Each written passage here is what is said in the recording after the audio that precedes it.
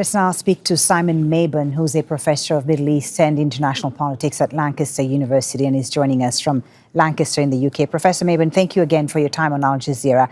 So we are seeing the diplomacy continuing, intensifying, but no breakthrough still. And at the same time, tensions persist in the region, in the waters and also in the airspace. What does this suggest to you about the ceasefire and the trajectory of the war? I think it's a really fragile moment right now. I think given the number of attacks, the number of incidents over the past few days, it suggests that pressure is building on all sides and that a breakthrough really is required in order to prevent a descent back into a conflict that's caused so much damage to so many people across the region and beyond. I think with the resumption of hostilities, of targeting vessels on all sides for that matter, we're seeing both sides, the US and Iran, trying to ratchet up pressure. We're seeing more and more belligerent forms of rhetoric from both sides. There's a very clear effort to try and ramp up the pressure and to approach any future mediation, any future diplomatic dialogue from positions of strength. The problem being, of course, that both sides cannot approach this from the position of having claimed victory. That is not how diplomacy would work. Right. And the Iranians still have not given their response to the latest US proposal. Why do you think that delay?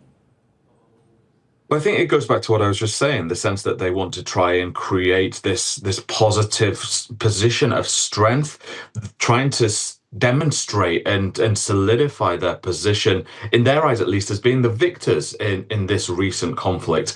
We're seeing that absence of response coupled with very, very firm rhetoric about the very hostile resumption of military action, if indeed there are future instances of US attacks.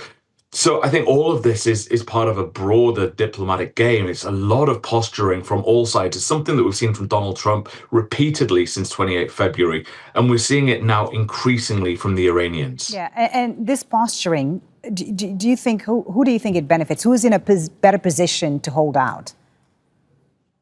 Well, we've seen the Iranians holding out pretty well for years under sanctions. And in part, that's just the nature of sanctions. Sanctions hit people rather than regimes, typically.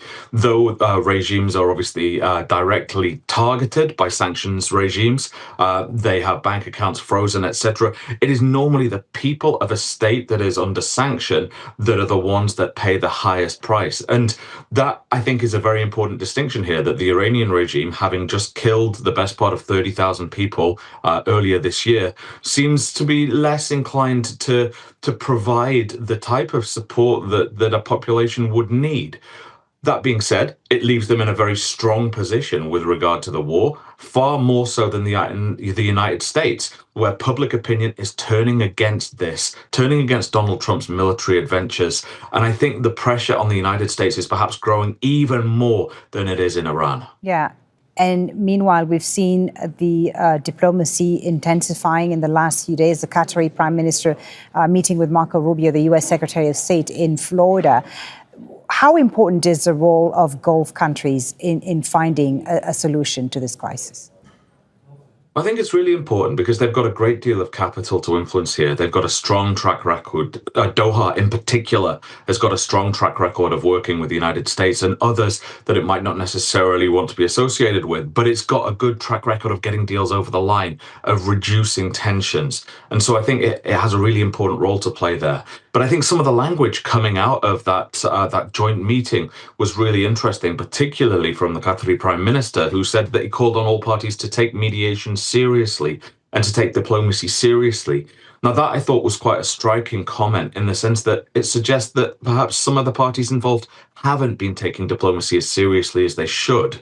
And so I think I'm hoping that comment and those urges, those meetings will try and really reinvigorate this, because it feels like that the Pakistani mediated approach has sort of run out of steam a little bit. So I think this is where Doha has got a really important role to play. Right. And how aligned are Gulf countries right now with, what to do with this conflict and what relations to have with Iran in the future?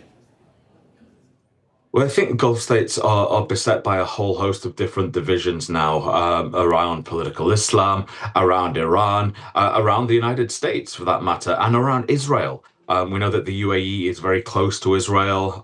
We know that Saudi Arabia and Qatar have got a far more complex, distant relationship, but a close relationship with the United States. And I think some of these tensions are starting to emerge.